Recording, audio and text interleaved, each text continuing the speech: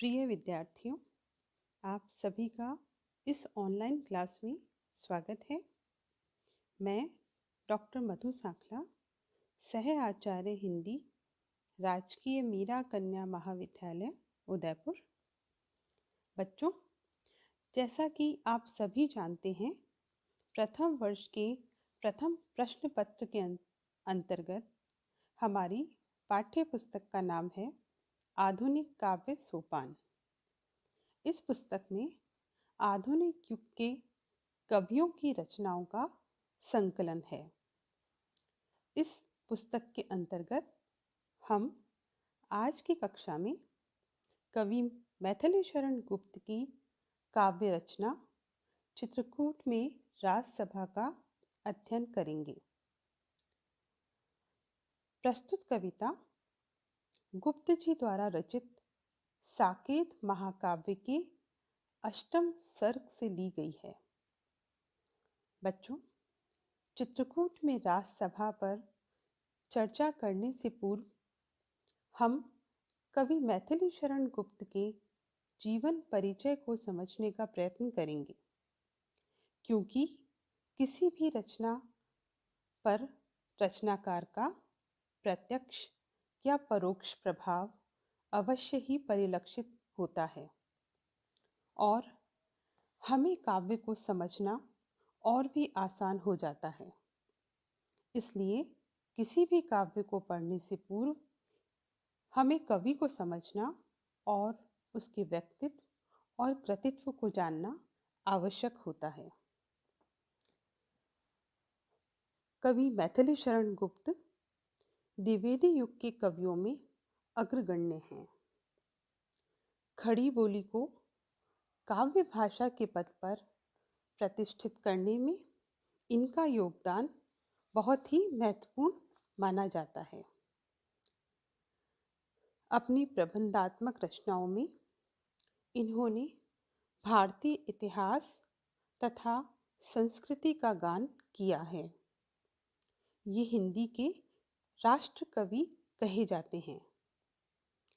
इन्होंने आधुनिक हिंदी कविता के विकास के कई युगों को समान भाव से जिया है।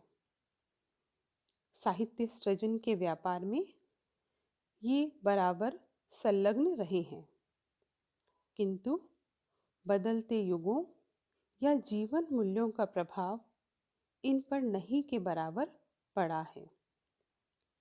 कवि के रूप में इन्हें इनके जीवन काल में पर्याप्त सम्मान प्राप्त हुआ है। मंगला प्रसाद पारितोषिक जैसा साहित्यिक पुरस्कार तथा पद्म भूषण की उपाधि जैसा राष्ट्रीय सम्मान इन्हें मिल चुका है। हिंदी के किसी भी साहित्यिक परिवार के बीच इन्हें दद्दा कहकर संबोधित किया जाता है। मैथिलीशरण गुप्त सहज, शील संपन्न और उदार व्यक्तित्व के धनी हैं। ये बड़े हंसमुख, मृदुभाषी और व्यवहार कुशल भी हैं। भारतीय संस्कृति के सुमेरु पुरुष श्री राम इनके आराध्य देव हैं।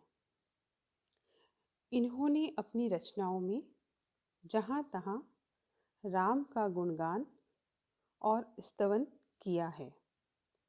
इनकी रंग में भंग नामक प्रथम रचना में राम की वंदना हम देख सकते हैं। भगवान राम तथा हिंदू धर्म के प्रति निष्ठा संपन्न होने के बावजूद गुप्त जी सच्चे अर्थों में उदार मानवतावादी व्यक्ति हैं। धार्मिक संकीर्णता इन्हें छू तक नहीं गई है। इन्होंने अपनी रचनाओं में बौद्ध, सिख और मुसलमान धर्म गाथाओं को भी विषय वस्तु के रूप में ग्रहण किया है तथा सभी धर्मों के प्रति आदर और श्रद्धा व्यक्त की है। इस दृष्टि से देखा जाए तो इनकी यशोधरा, गुरुकुल तथा करबला नामक कृतियाँ उल्लेखनीय हैं, जिसमें क्रमशः बौद्ध, सिख तथा मुस्लिम धर्म की कुछ झांकियाँ प्रस्तुत की गई हैं। राजनैतिक और सामाजिक स्तर पर गुप्त जी गांधीवादी तथा राष्ट्रवादी हैं। इनके हृदय में देश और जाति के प्रति अपरिमित सम्मान भावना निहित है। अछूतों, अबलाओं तथा दलित वर्ग के उद्धार के लिए इनमें सुदृढ़ अथवा उदार संकल्पों का अभाव नहीं देखा जा सकता। इनकी अनेक कृतियों में इनके राष्ट्रीय या सामाजिक विचारों की यथोचित अभिव्यक्ति हुई है। महावीर प्रसाद द्विवेदी जी की प्रेरणा से गुप्त जी ने खड़ी बोली को अपनी रचनाओं का माध्यम बनाया। अपनी कविता के द्वारा खड़ी बोली को एक काव्य भाषा के रूप में निर्मित करने का अथक प्रयास किया। इस तरह ब्रज भाषा जैसी समृद्ध काव्य भाषा को छोड़कर समय और संदर्भों के अनुकूल होने के कारण नए कवियों ने इसे ही अपनी काव्य अभिव्यक्ति का माध्यम बनाया।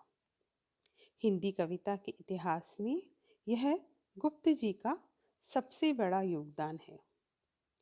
पवित्रता, नैतिकता और परंपरागत मानवीय संबंधों की रक्षा गुप्त जी के काव्य के प्रथम गुण हैं, जो पंचवटी से लेकर जयद्रथ वध, यशोधरा और साकेत तक में प्रतिष्ठित एवं प्रतिफलित हुए हैं।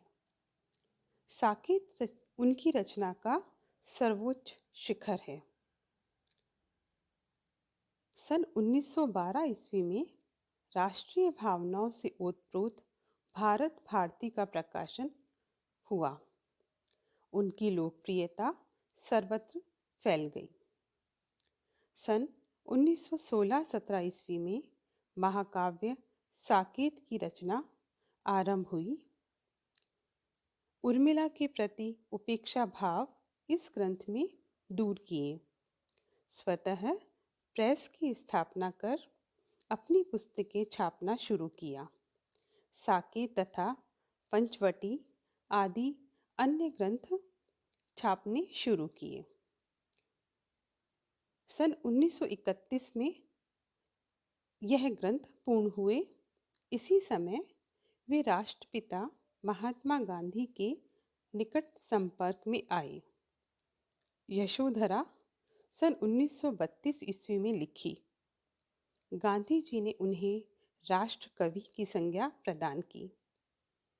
16 अप्रैल 1941 को वे व्यक्तिगत सत्याग्रह में भाग लेने के कारण गिरफ्तार कर लिए गए। पहले उन्हें झांसी और फिर आगरा ले जाया गया। आरोप सिद्ध न होने के कारण उन्हें 7 महीने बाद छोड़ दिया गया। सन 1948 में आगरा विश्वविद्यालय से उन्हें डीलिट की उपाधि से सम्मानित किया गया। 1911 में साहित्य सदन नाम से स्वयं की प्रेस शुरू की। इसी वर्ष प्रयाग में सरस्वती की स्वर्ण जयंती समारोह का आयोजन हुआ, जिसकी अध्यक्षता गुप्त जी ने की।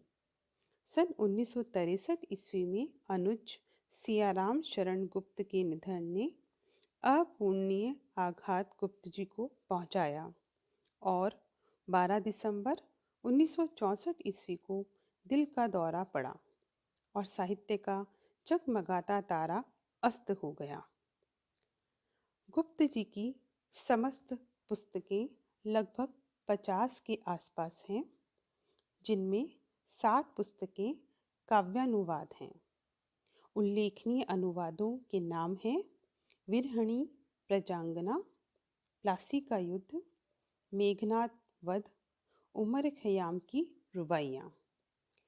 रचना काल के क्रम के अनुसार गुप्त जी की प्रमुख काव्य कृतियाँ इस प्रकार हैं। जयद्रथ वध, भारत भारती, यशोधरा, पंचवटी, साकेत, सिद्धराज, द्वापर, नहुष, जय भारत, विष्णुप्रिया आदि। इन कृतियों में से एक पुस्तक जय भारती स्फुट कविताओं का संग्रह है। साकेत एवं जय भारत प्रबंध अथवा महाकाव्य हैं। संकलित अंश कवि गुप्त की मौलिक उद्भावनाओं, चरित्रगत नवीनता और आकर्षक शिल्प के उदाहरण हैं।